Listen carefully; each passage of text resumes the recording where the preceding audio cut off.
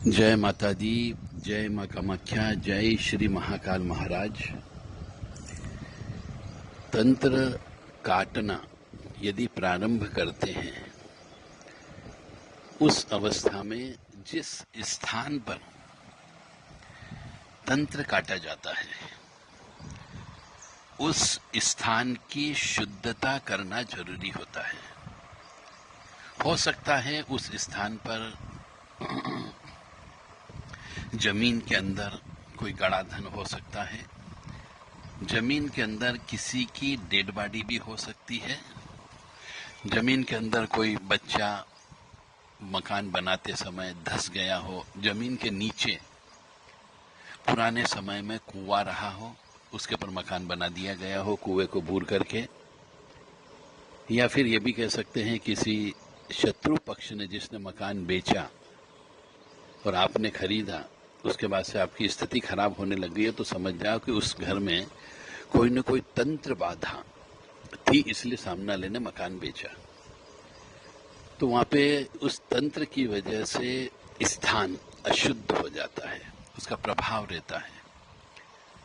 या फिर ये भी कह सकते हैं कि कुछ सिरफिरे लोग ऐसे भी होते हैं जो जब मकान बेचते हैं तो वो बेच तो देते हैं, पर जाते जाते उस मकान में ऐसी तांत्रिक क्रिया करवा देते हैं कि उस मकान में जो भी खरीदता है, चाहे उसके बाद 5 व्यक्ति खरीदे, 3 व्यक्ति खरीदे, एक तो बिकता रहता है और उसके अंदर रहने वाले व्यक्ति कभी भी सुखी नहीं रहते हैं। यानी बीमार पड़े रहेंगे, बीमारी की वजह से पैसा चला जाएगा तो वो दरिद्री हो जाएंगे, और जब बीमार भी पड़े रहेंगे, पैसा भी नहीं होगा, तो उनका धंधा पानी, व्यवसाय, सर्विस सब धीरे धीरे बंद हो जाती है, आवक बंद हो जाती है, दिमाग काम करना बंद कर देता है। तो जब भी मकान खरीदें, बहुत सोच समझ करके मकान खरीदो कि वो मकान क्यों बेचना चाह रहा है, किस वजह से बेचना चाह रहा है, वो व्यक्ति कैसा है, उसके बारे में पहले पता करो। क्योंकि आप इतनी बड़ी प्रॉपर्टी खरीदोगे, 5 लाख, 10 लाख, 20 लाख, 30 लाख, तो कम से कम 10 बार सोचना चाहिए कि वो क्यों खरीद रहा है, आप उसको जानते हो या नहीं जानते हो, या उसकी बैक हिस्ट्री क्या है। जो मकान बेच रहा है, क्या उसके यहाँ पे हर साल एक न एक मौत हुई है क्या, हर तीसरे साल किसी न किसी की मृत्यु हुई है क्या उसकी लड़की विवाह होने के बाद में वापिस अपने घर पे आ गई है क्या उसकी यहाँ पे बच्चे पैदा नहीं हुए हैं, या पैदा हुए तो लड़कियां ही लड़कियां पैदा हुई। ये सब चीज उस स्थान के ऊपर डिपेंड करती है। कई बार स्थान दक्षिण मुखी होता है, वो भी गलत माना जाता है। अग्नेय कोण वाला मकान भी गलत माना जाता है। तो तंत्र काट करने में इन सब चीजों का ध्यान रखना पड़ता है, अन्यथा आपके द्वारा की गई मेहनत बेकार हो जाती है।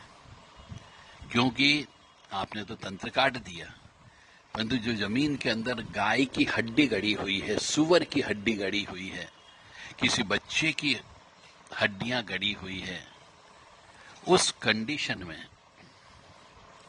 आप कितना ही तंत्र कर लो, कोई चीज नहीं कटेगी जब तक कि वो हड्डी निकाल के न फेंक दी जाए। तो उसके लिए आपको सबसे पहले उस स्थान का निरीक्षण करना है, देखने जाना है। वास्तु का भी आपको ज्ञान होना चाहिए तंत्र काट करने में, अन्यथा उसमें भी आप असफल होने की संभावना है। तो थोड़ा थोड़ा वास्तु का ज्ञान भी रखना अत्यंत आवश्यक है, वो मैं यहाँ पे दे रहा हूँ। जैसे कि एक तो ईशान कोण होता है। ईशान कोण का मतलब हो गया नॉर्थ ईस्ट कॉर्नर, उत्तर पूर्व कोना। बहुत से मनुष्यों के यहाँ हमने देखा है बहुत कष्ट रहते हैं, भयंकर कष्ट रहते हैं, कोर्ट केस होते रहते हैं, कोई न कोई बीमार पड़ा रहता है, शादी नहीं होती है।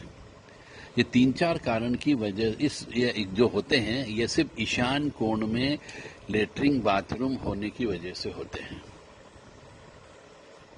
ईशान कोण में किसी के यहाँ भी जाओ तंत्र काट करने के लिए, अपने यहाँ स्वयं के लिए भी, तो पहले देख लो कि ईशान कोण में लेटरिन बाथरूम बिल्कुल भी नहीं बनाना है, और यदि बना हुआ है तो आपको तंत्र काट करने का काम हाथ में मत लीजिए, अन्यथा आप सफल नहीं हो पाएंगे। क्योंकि आपको सबसे पहले बोलना कि आप वास्तु दोष को दूर करो।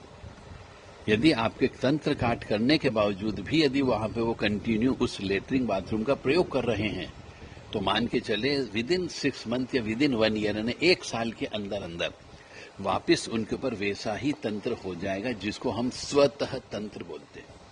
कोई करता नहीं है उस कंडीशन में। आप फिर अपने पड़ोसी का नाम लोगे कि मेरे पड़ोसी ने कुछ न कुछ कर दिया, मेरा पड़ोसी हमसे चिढ़ता इसलिए उसने कर दिया, हमारे भाई साहब ने कर दिया, हमारी भाभी ने कर दिया, हमारी देवरानी ने कर दिया, जेठानी ने कर दिया, ननंद ने कर दिया, और इल्जाम हम दूसरों पे लगा करके अपने ही खून के रिश्ते को खराब कर देते हैं। इसलिए कभी भी खून के रिश्ते पर उंगली उठाने के लिए पहले 10 बार सोचो, क्योंकि कई बार ऐसा होता है पर्दा डला हुआ होता है, हमें ध्यान नहीं होता है। उस पर्दे को जब तक पर्दे के पीछे जाकर के नहीं देखोगे तब तक कुछ नहीं हो सकता।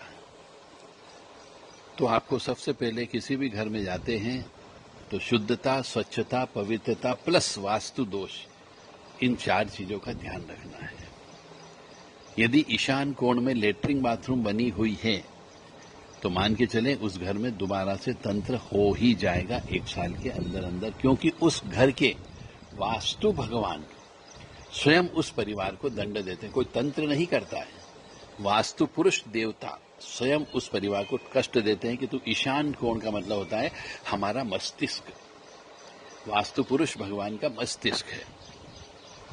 उस वास्तु पुरुष भगवान के यदि मस्तिष्क पर आप लेटरिंग करोगे तो दिमाग खराब होगा। दिमाग खराब होने का मतलब हो गया घर के जो मुखिया होता है उस मुखिया का दिमाग खराब होगा, वो दारू पीने लगेगा, वो पागल हो सकता है, उसका दिमाग काम नहीं करेगा, उसको आलस्य की प्रवृत्ति रहेगी, वो बीमार रहने लगेगा और फिर घर पूरा बर्बाद हो जाएगा।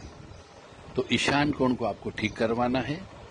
जब तक ईशान कोण ठीक नहीं हो, या तो उनको बोल दीजिए कि उस जगह को नहीं तोड़ सकते हो तो बंद कर दो, यूज नहीं करना, अलग से दूसरा कोई लेटरिन बाथरूम बनाए जहां पर नियत स्थान होता है उसका वास्तु के हिसाब से। दूसरी गलती होती है, तंत्र बार बार चढ़ने की वजह होती है, ईशान कोण में आपने भोजन बनाना प्रारंभ कर दिया। बहुत से घरों में हम जाते हैं, देखते हैं क्लेश, दुख, अशांति रहती है। कोई कहते साहब तंत्र हो गया, आकर के आप देख लो किसी ने चौकी बिठा दी, हमारे तो हाथ बंध गए, लक्ष्मी जी का बंधन हो गया। अब हम जाके देखते तो पता लगता है ईशान कोण में उनका रसोई घर है।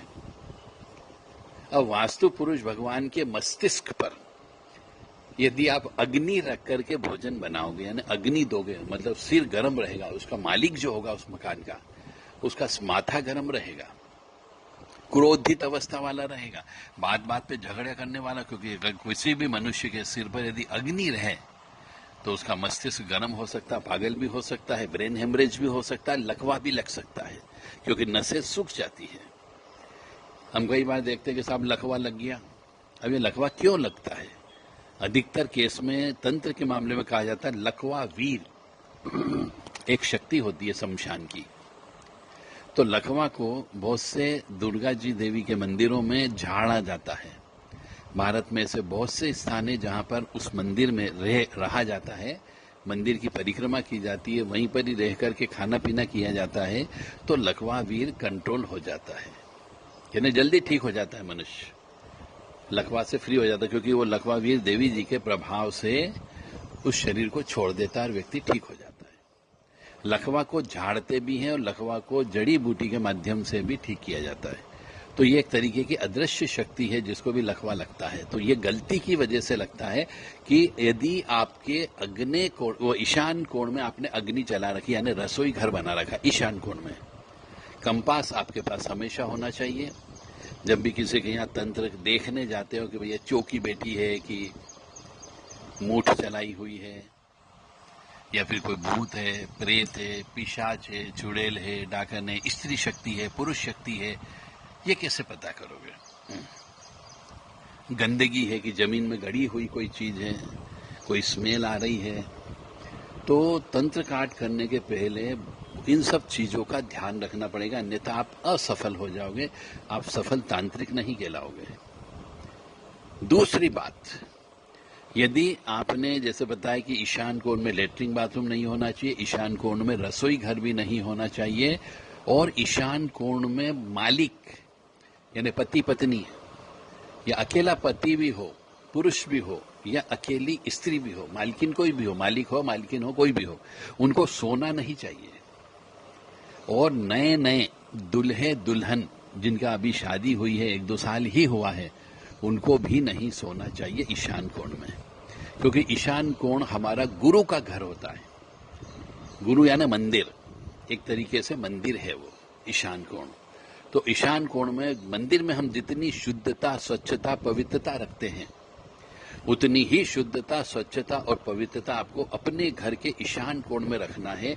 तो आपके ऊपर तंत्र नहीं होगा, कोई करेगा तो भी नहीं होगा, क्योंकि रोजाना वहां पर आपको ईशान कोण में घी का दीपक जलाना है, तेल का दीपक जलाना है, चौमुखी दीपक जलाना है, वहीं पर बैठ करके भगवान की आराधना करना है।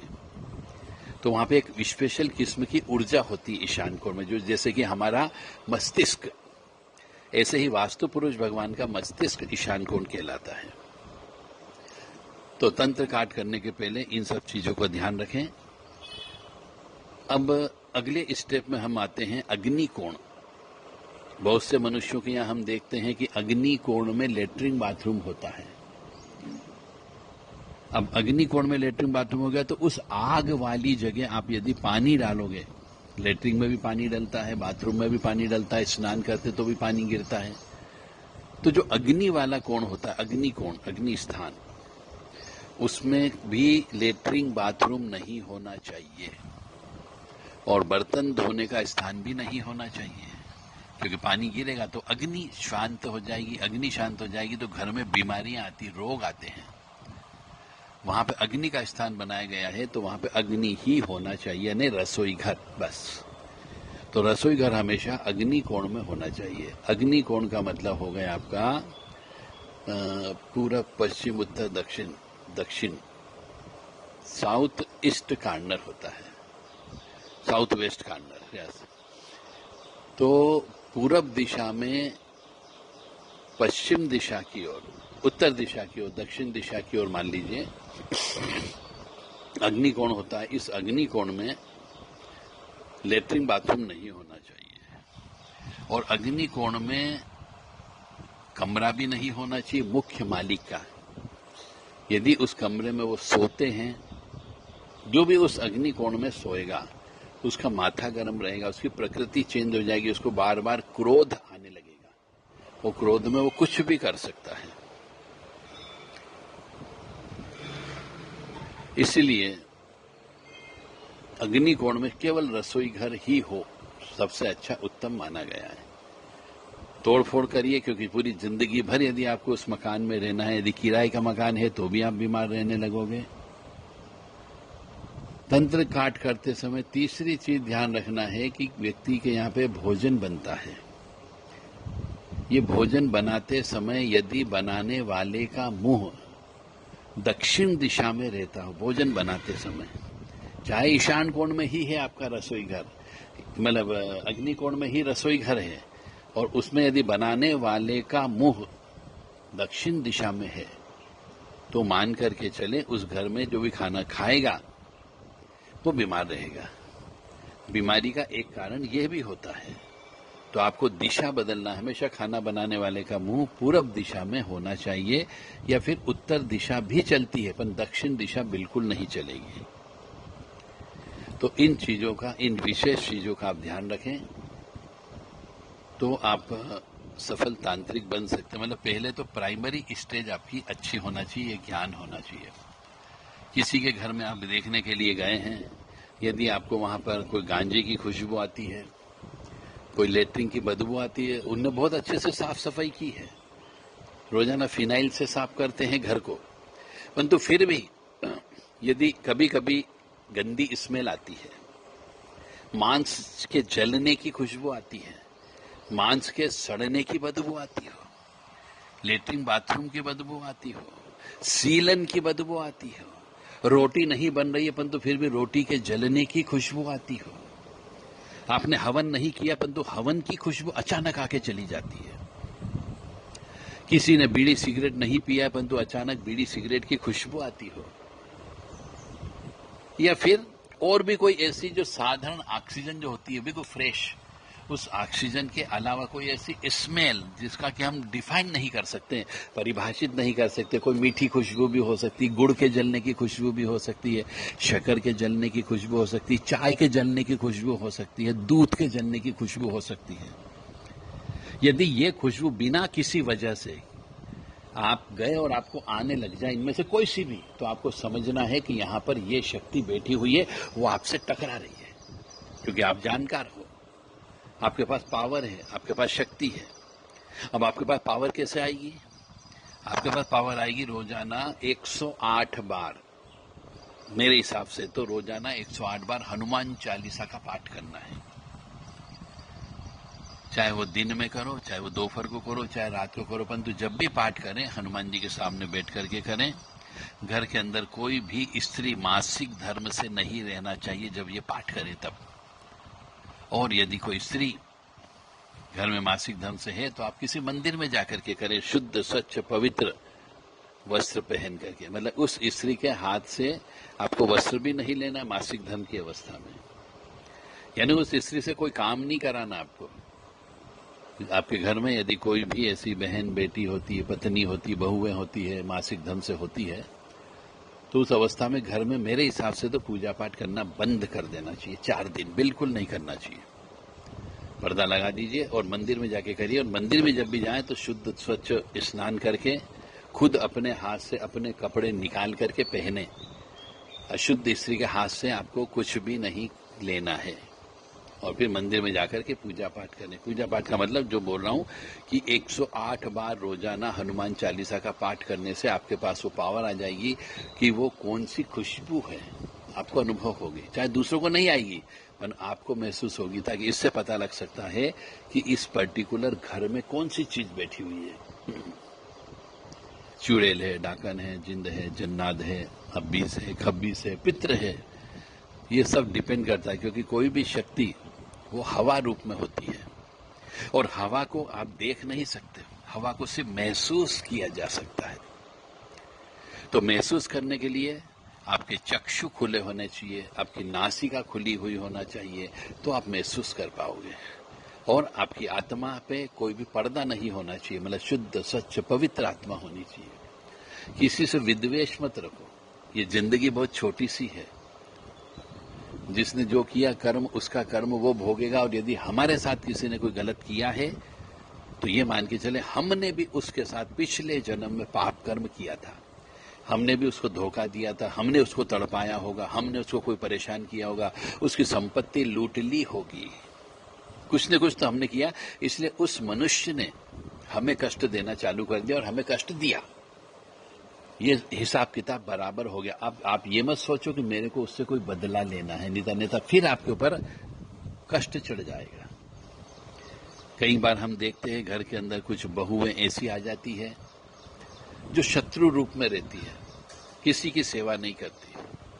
तो वो शत्रु रूप में स्त्री आने का मतलब हो गया वो पिछले जन्म की कोई प्रताड़ित स्त्री थी, जिसके आपने या आपके परिवार वालों ने उसे तरसाया था, तड़पाया होगा। वही स्त्री आपके यहाँ बहू बन के आकर के आप सबको भयंकर कष्ट देती है, सेवा नहीं करती, और कई बार पुलिस केस हो जाता है, और कई बार तो हमने देखा है जेल की यात्रा तक करवा देती है। और कई बार कुछ बहुएं ऐसी भी होती है जो अपने आप पे पेट्रोल डीजल लगा करके आग लगा करके मर जाती है, और मरते समय सभी परिवार के सदस्यों का नाम लिखा करके जेल की यात्रा करवा देती है। तो उस अवस्था में कई बार अनबेलेबल, मतलब बेल मिलती ही नहीं है।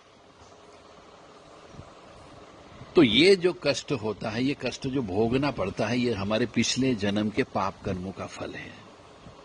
इसलिए इस जीवन में यदि आपको एक ज्ञान मिल रहा है तो अब आज से ही संकल्प लो कि मेरी वजह से मैं कष्ट उठा लूंगा, पर मेरी वजह से किसी दूसरे को मैं कष्ट नहीं दूंगा।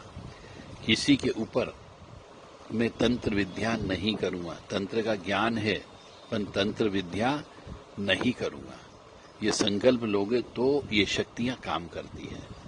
बहुत सी शक्तियां ऐसी जो आपको निस्वार्थ भाव से यदि आप उनकी सेवा करोगे, कोई उद्देश्य नहीं हमारा, हम भगवान से कुछ भी नहीं मांगते कि हमें धन दो, हमें मकान प्रॉपर्टी दो, हमें परिवार दो, हमें खुशियां दो, हमें अच्छा स्वास्थ्य दो, कुछ मत मांगो, सिर्फ उनकी सेवा करो। उनको सब मालूम है, क्योंकि आपके अंतरात्मा, आपके शरीर के अंदर जो अंतरात्मा बैठी हुई है, वह अंतरात्मा उस ऊपर वाले के कंप्यूटर से कनेक्ट है। आप क्या सोचते हो उसको मालूम है। आप गुपचुप तरीके से मन ही मन में क्या पाप कर्म कर रहे, वो भी वहां पे जा रहा है कि आपने मन ही मन में क्या पाप कर्म कर लिया। फिजिकली नहीं किया, पर मन में भी यदि आपने पाप कर्म कर लिया तो उसका भी रिफ्लेक्शन अगले जन्म में अवश्य मिलेगा, क्योंकि ये तो चलता फिरता मोबाइल है और ये आत्मा नाम की चिप जुड़ी हुई है उस कंपनी से जहां से हम एक्टिव हैं। तो हम यदि कुछ भी एक्शन लेते हैं, कुछ भी करते हैं, कुछ भी क्रिया करते हैं, तो वो कंपनी में रजिस्टर्ड हो जाती है उस परमपिता परमात्मा के वहां पे। तो यदि हमने मन ही मन में कोई पाप कर्म कर लिया, तो ये मान के चलो अगले जन्म में आपका चंद्रमा खराब होकर के आपको जन्म मिलेगा, और ये निश्चित है जन्म अवश्य होना है।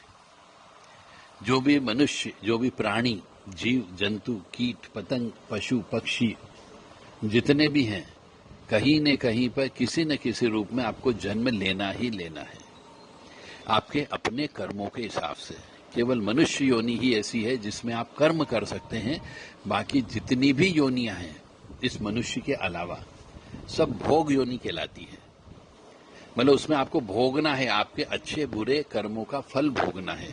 इसलिए आपको अलग अलग पशु के रूप में, पक्षी के रूप में, कीट के रूप में, पतंगों के रूप में, चींटी के रूप में, चींटे के रूप में जन्म दिया जाता है, और थोड़ी थोड़ी देर के लिए जन्म दिया जाता है, जितने दिन आपको भोगना होता है, और वो भोग करके आपकी मृत्यु हो जाती है। तो तंत्र काट करने के लिए अपने दिमाग को बहुत खुला करके रखना है।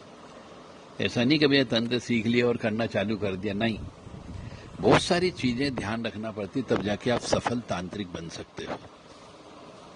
जब भी ये काम करें तो ये सब चीजों का ध्यान करने के बाद आपको उस स्थान पर गोमूत्र का छिड़काव कराना है, गुलाब जल का छिड़काव करना है, गंगा जल का छिड़काव करना है, ताकि वो पवित्र हो जाए वो स्थान। तीनों के छिड़काव करने से, और जिस जगह पूजा करते हैं वहां पर गाय के गोबर से लीपना चाहिए, और कुश और काले तिल रख करके फिर पूजा करना चाहिए। इससे वो स्थान पर्टिकुलर, उतना स्थान जहां जहां पर आपने लीपाई पोताई करी है, उतना स्थान तो शुद्ध हो जाएगा। और वहीं पर ही शुद्ध स्थान को बनाने के बाद में आपको वहीं पर ही अपने को जितना ज्ञान मिला है उसके अनुसार उस तंत्र की जितनी भी क्रिया है, विधान है, विद्या है, उनका प्रयोग करना है। हवन भी उसी जगह करना है, और तंत्र काट भी उसी पर्टिकुलर जगह रख करके करना है। तो तंत्र काट करने के लिए स्थान की शुद्धता, स्वच्छता, पवित्रता मेंटेन करें। घर के मुख्य दरवाजे पर, जिसके यहाँ तंत्र काट करना है, उसके मुख्य दरवाजे पर एक हरा नींबू काट करके, आड़ा काट करके, एक लेफ्ट एक राइट रखना चाहिए। यदि किसी के यहाँ पे कोई देवी देवता बैठे हुए हैं तो वो उस अशुद्ध अवस्था में, उस घर में जिसमें क्लेश, दुख, अशांति है, वहां पे देवी देवता नहीं बैठते, वहां पे प्रेत बैठते हैं। तो प्रेतों को भी नींबू की बलि दी जा सकती है। तो यदि उनके यहाँ पे कोई पूजा का स्थान हो तो पूजा के स्थान पे आप नींबू काट करके रख दें। जिस घर में आप जा रहे हो वहां पे चारों कोनों पर एक नींबू के 4 टुकड़े करें, और चारों टुकड़े चारों कोनों पे रखना है, पूर्व पश्चिम उत्तर दक्षिण चारों कोनों पर रख दें, और टुकड़े के ऊपर कपूर रख करके उसको प्रज्वलित करना है, जैसा कि तंत्र सीखने में सिखाया जाता है। यानी चारों कोनों के जो देवता हैं, चाहे देवी बेटी हो, देवता बेटे हो, राक्षस बेटे हो, प्रेत बैठे हो, उस घर के अंदर जो चौकी बैठी हो, मान लो शमशान की शक्तियां बैठी हो, तो उनको भी यदि आप नींबू की बलि दे करके कपूर जला देते हैं तो वो ये सोचते हैं कि ये तांत्रिक हमारा मान सम्मान कर रहा है, और वो बड़े प्रसन्न हो जाते हैं। मतलब बहुत गुण रहस्य की बात मैं आपको बता रहा हूं कि किसी भी स्थान पर, चाहे वो खराब शक्ति बैठी हुई हो, आसुरी प्रवृत्ति वाली बैठी हो, यदि आप उसकी आरती उतारने लग जाओ तो वो बड़ा प्रसन्न होता है कि यह मेरी आरती उतार रहे हैं। तो बलि दे दिया आपने, नींबू काट करके रख दिया और कपूर जला दिया, तो कपूर को भी सभी शक्तियां, अदृश्य शक्तियां बड़ा प्रसन्नता से उस कपूर को ग्रहण करती है। कपूर की खुशबू जो जलती है उसको, और प्रसन्न हो जाते हैं। इसीलिए कहते हैं कि घर के अंदर यदि हमको लक्ष्मी जी चाहिए, घर के अंदर शांति चाहिए, घर के अंदर आनंद चाहिए, तो मनुष्य को रोजाना 2 समय, सुबह नहाने धोने के बाद में एक मिट्टी के दीपक में कपूर जलाना चाहिए, और शाम को सूर्यास्त के समय पे भी कपूर जलाना चाहिए। इससे घर में लक्ष्मी की आवक आती है, घर के अंदर बीमारियां नहीं आती, रोग नहीं होगा तो लक्ष्मी की कृपा बनेगी, पैसा खर्च नहीं होगा तो घर के अंदर बरकत बनी रहेगी, पैसे की बचत होती रहेगी, आप धन धान्य से परिपूर्ण हो जाएंगे। तो प्रत्येक मनुष्य को, मैं तो ये कह रहा हूं, हर हिंदू सनातनी को, चाहे वो किसी भी जात का हो, उसे घर के अंदर कपूर जलाना ही जलाना चाहिए। इससे घर में नकारात्मक ऊर्जा घर छोड़ के चली जाती है, और साथ ही साथ में एक घर के अंदर पॉजिटिव एनर्जी घर के अंदर आती है, वातावरण शुद्ध होता है। और कपूर भी आप चाहें तो 2 प्रकार की कपूर मिलती है।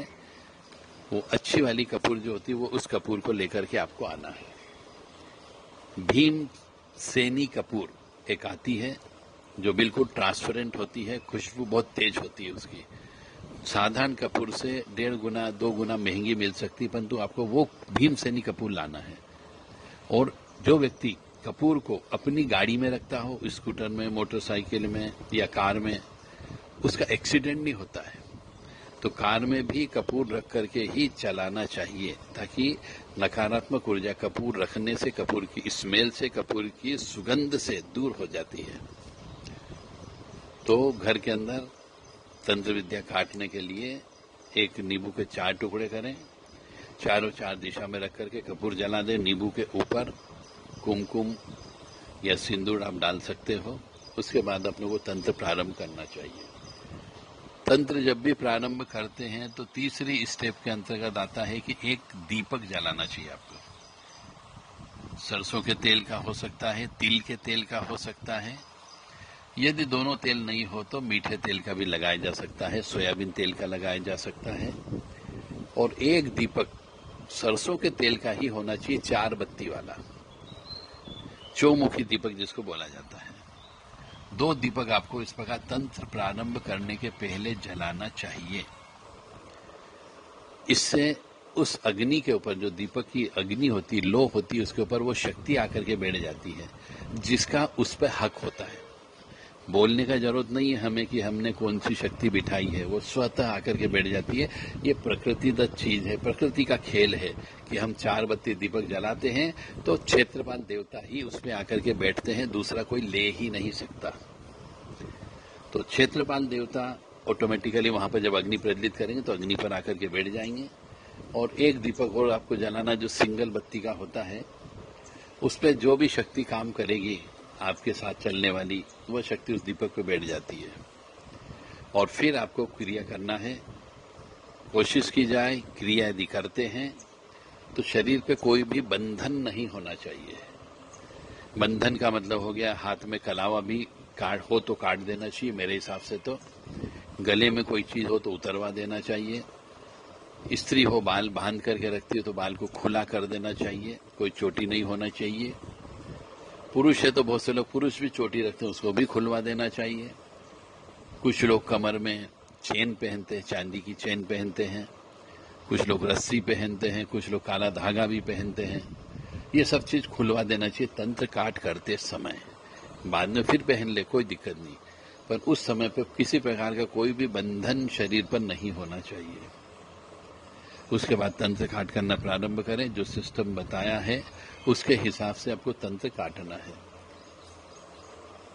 और जब भी तंत्र काट करना प्रारंभ करें, पहले देखने जाएं तो बातचीत कर लें। जब भी करें उस समय घर में कोई भी अशुद्धता नहीं होनी चाहिए, यानी कोई सूतक नहीं होना चाहिए। बच्चे का सूतक, जैसे बच्चा पैदा हो गया, 8-10 दिन ही हुए हैं और आपको बुला लिया, तो नहीं जाना है जब तक कि वहां पर अपनी अपनी जाति धर्म के अनुसार, कर्म के अनुसार, कहीं कहीं पे 13 दिन का सूतक होता है बच्चे के जन्म का, कहीं पर 21 दिन का होता है, कहीं पर 30 दिन का होता है और कहीं पर 1.25 महीने का होता है। तो जो भी अपने उस क्षेत्र के अनुसार, एरिया के अनुसार सूतक पातक के जो नियम होते हैं उनका पालन अवश्य करें। उसके बाद ही, जब तक सूतक खत्म न हो, तंत्र काट नहीं करना चाहिए। किसी के यहाँ मृत्यु हो गई हो और मृत्यु होने के 8-10 दिन बाद ही कोई लग गई हो, ऐसी प्रेत आत्मा आपको बुला लिया, 15 दिन बाद बुला लिया, तो भी नहीं जाना है, क्योंकि मृत्यु की अवस्था में सूतक भी वही 27 दिन का, 30 दिन का या सवा महीने का होता है। इसके पहले आपको कोई भी तंत्र काट करने नहीं जाना है। 2 सूतक और तीसरा सूतक होता है स्त्री पुरुष के सहवास संभोग करने पर 1 रात का सूतक होता है, यानी स्नान करने तक का। यदि स्त्री स्नान नहीं किया है उसने और रात को पति के साथ संभोग किया और आप तंत्र काट करने बैठ गए, तो आपकी तंत्र शक्ति काम नहीं करेगी। इसलिए दोनों को, पति पत्नी दोनों को स्नान करने के बाद ही उनका तंत्र काट करना चाहिए, क्योंकि आप हो सकता है इतना स्पष्ट पूछ नहीं पाओ, बोल नहीं पाओ, परंतु यहाँ पे थोड़ा सा आपको हिजिटेशन अपनी खत्म करना होगी। स्पष्ट तौर से पूछना पड़ेगा कि भैया स्नान किया है या नहीं किया है, कोई सूतक पातक तो नहीं है, बच्चे का जन्म तो नहीं है, अपने यहाँ नहीं, अपने कुल में भी हो सकता है, भाई बंधु के यहाँ पे हो सकता है, सगोत्र में हो सकता है। तो बच्चे का जन्म हो, सगोत्र में किसी की मृत्यु हुई हो, तो भी सूतक माना जाता है। अपनों को पूजा पाठ नहीं करना, तंत्र नहीं काटना।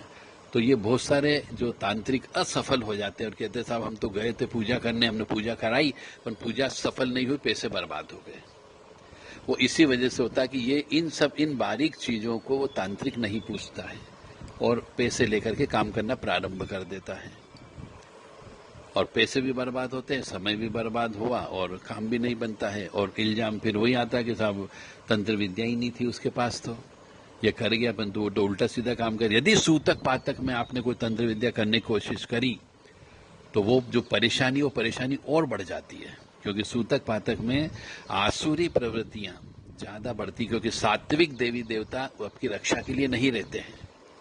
सूतक का मतलब ही होता है अशुद्धता। अशुद्धता में कोई भी स्वच्छ पवित्र शक्ति काम नहीं करती है, इसलिए वो तो अशुद्ध बोलते हैं सूतक पातक को। और अशुद्धता में न तो कुल देवी साथ देती, न कुल देवता साथ देते हैं, न इष्ट देवता साथ देते हैं। साथ कौन देता है? दूसरी शक्तियां साथ देती है जिनकी कभी आपने मदद की हो, और वो भी हट जाती है कई बार।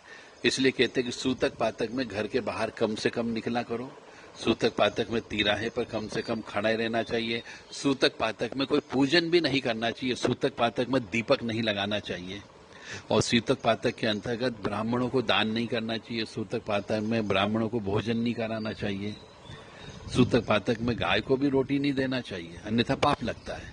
और फिर आप कहोगे साहब हमने तो कोई पाप कर्म नहीं किया, हमने किसी का पैसा नहीं हड़पा, किसी को गाली नहीं दी, किसी को आत्मा नहीं दुखाई, फिर भी भगवान हमें कष्ट दे रहा है। तो उसके पीछे का कारण ये रहता है कि हमको ज्ञान नहीं है, हम अज्ञानी हैं। और उस सूतक पातक में भी हम गाय को रोटी देना प्रारंभ कर देते हैं। सूतक पातक में कोई ब्राह्मण आ गया तो ब्राह्मण के पैर छू लेते हैं, कोई साधु संत त्यागी तपस्वी वो व्यक्ति आ गया तो हमने उसको भी दक्षिणा दे दी और उसके भी पैर छू लिए।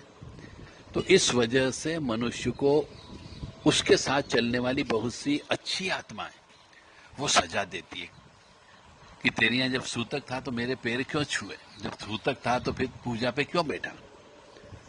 तो आपको इन सब चीजों का ध्यान रखना है, उसके बाद अपनी जो क्रिया बताई गई है वो क्रिया करना है, तब जाके आप सफल हो पाओगे। और जब भी कोई तंत्र का काम प्रारंभ करें उस जगह जाकर के अपनी सभी शक्तियों का ध्यान करें, मंत्र बोलें, स्तुति बोल लें, थोड़ा सा इत्र छिड़क दें, पुष्प रख दें उनके नाम से, उसके बाद में तंत्र काट करना प्रारंभ करना चाहिए। जय माता दी, जय मां कामाख्या, जय श्री महाकाल महाराज, मां भगवती जगत जननी आद्य शक्ति भवानी और परमपिता परमात्मा आपको सुखी रखे, स्वस्थ रखे, प्रसन्न रखे, यश दे, कीर्ति दे और मान सम्मान दे, और सबसे बड़ी बात है आप सबको सद्बुद्धि प्रदान करें कि तंत्र के मामले में बहुत गहराई से सोचना है कि बहुत सी गतिविधियां ऐसी होती है जिससे पता लग जाता है कि घर परिवार के ऊपर तंत्र हो गया है। जय माता दी।